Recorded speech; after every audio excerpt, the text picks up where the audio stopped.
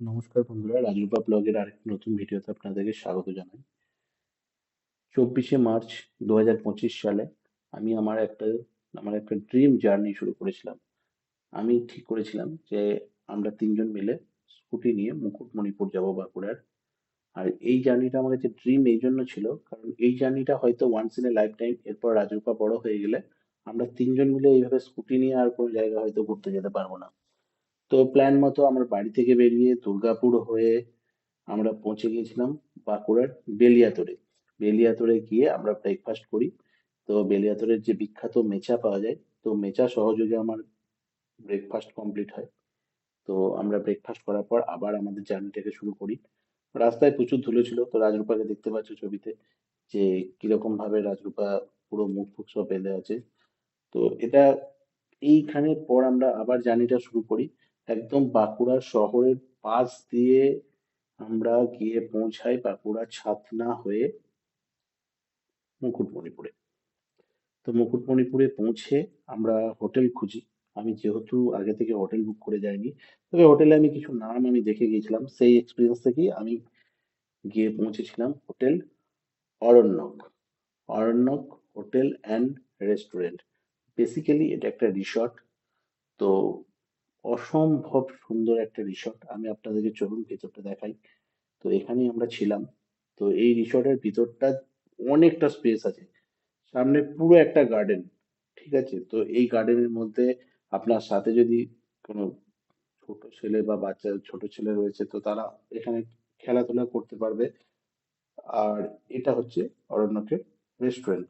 আর এই যে এই রুমটা আমরা নিয়েছিলাম, এই রুমটা 2 অ্যাডাল্ট 1 চাইল্ডের জন্য আমি বলবো একটা পারফেক্ট রুম। যথেষ্ট জায়গা ছেড়েছে ভেতরটা। এখানে দেখুন টিভি ছিল, বাথরুম একদম ভালো ছিল। আর তার সাথে এখানে আপনার একটা ড্রেসিং টেবিল, একটা ওয়ার্ড্রব, একটা ছোট্ট টেবিল আর একটা চেয়ার।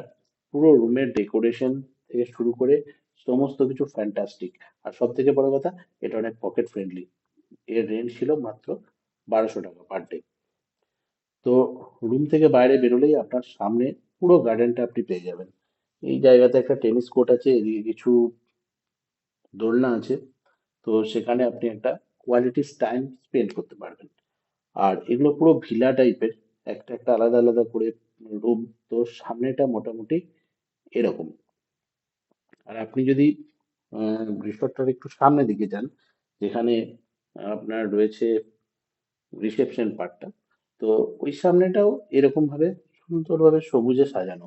তো পুরো গাছ দিয়ে সুন্দর সাজানো এরকম একটা প্রকৃতির মধ্যে একটা জায়গা, থাকার জায়গা সত্যি আপনার খুবই ভালো লাগবে যদি আপনারা অরণ্যক হোটেল অ্যান্ড রিসর্টে এসে যদি থাকেন। আর এই পাশের এইদিকে রুমগুলো দেখছেন, এগুলো প্রত্যেকটা একটা একটা করে কটেজ। আর ওই সামনের এই অংশটাতে আপনার রাত্রে এখানে ডিনার করার জন্য এখানে একটা ওপেন ডাইনিং আছে। এখানে এই দেখুন এই জায়গাটা মেনলি রাত্রে দেখলাম, এখানে রাত্রে সবাই খাচ্ছিল। তো রাত্রে খাওয়ার জন্য আর এর বাঁ পাশটা থেকে এই ভিউটা আসবে। দেখুন কত সুন্দর ভিউ। একদম সামনে পুরো একটা পাহাড়, আর তার নিচে এরকম বিস্তীর্ণ একটা সুন্দর সবুজে সবুজ জায়গা।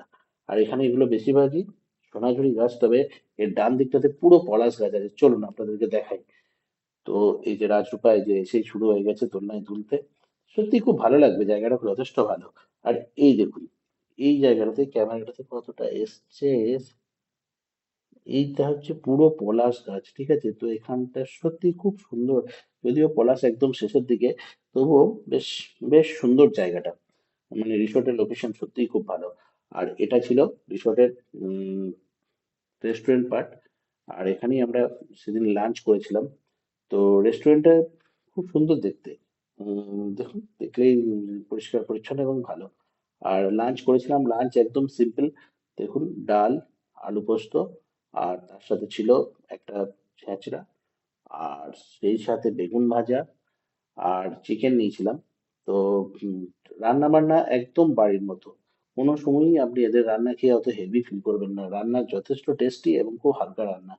আর পকেট ফ্রেন্ডলি। চিকেন থালি 200 টাকা, উইদাউট চিকেন 120 টাকা। আমি বলবো দারুণ। তো খাবারের কোয়ালিটি যথেষ্ট ভালো ছিল। তো আমরা প্রথমে এখানে লাঞ্চটা পুরো কমপ্লিট করে নিই। লাঞ্চটা কমপ্লিট করে নেওয়ার পর একটু রুমে একটু রেস্ট নিয়ে তারপর আমরা বেরিয়ে পড়ি কংসাবতী ড্যামের উদ্দেশ্যে, যেটা এখান থেকে মাত্র 600 মিটার। ঠিক আছে, খুবই কাছে। তো কংসাবতী ড্যামে স্কুটি নিয়ে, কংসাবতী ড্যাম বাঁকুড়ার অসম্ভব সুন্দর একটা জায়গা, যেমনটা আমি লাইভে আগে বলেছি যে জায়গাটা দীঘার থেকে কোনো অংশে কম নয়। আপনি এখানে আসুন, এসে কংসাবতী ড্যামের ওপর দিয়ে এইভাবে আপনি বাইক চালান বা টোটো করে ঘুরবেন, যেটাই খুশি। তো এখানে যখন সন্ধ্যাবেলায় আপনি যে টাইমটা স্পেন্ড করবেন, সেটা আপনার সারা জীবন মনে থাকবে, এটা একদম গ্যারান্টি। আর সুন্দর জায়গা, এখান থেকে যে ভিউটা আসে পুরো ড্যামের, দারুণ। আমরা পুরো ড্যামটা ঘুরে দেখেছি, 14-15 কিলোমিটারের ড্যাম। আর এখানে আরো অনেক টুরিস্ট মানে কিছু দর্শনীয় স্থান রয়েছে। তো সেই জায়গাগুলো আমি গিয়েছি অলরেডি, এগুলোর ভিডিও বা এখানে এখানে রিলস বানিয়েছে রাজরূপা, তো সেই জায়গাগুলো অলরেডি আপনারা হয়তো অন্যান্য ভিডিওতে দেখেছেন। আর এখানে আমরা পুরো সন্ধ্যাবেলা পর্যন্ত ছিলাম, এবং এখানে বসে থেকে যে ফিলিংসটা, পুরো ন্যাচারাল যে ফিলিংসটা পাবেন, সেটা অসাধারণ। এইভাবেই আমাদের জার্নিটা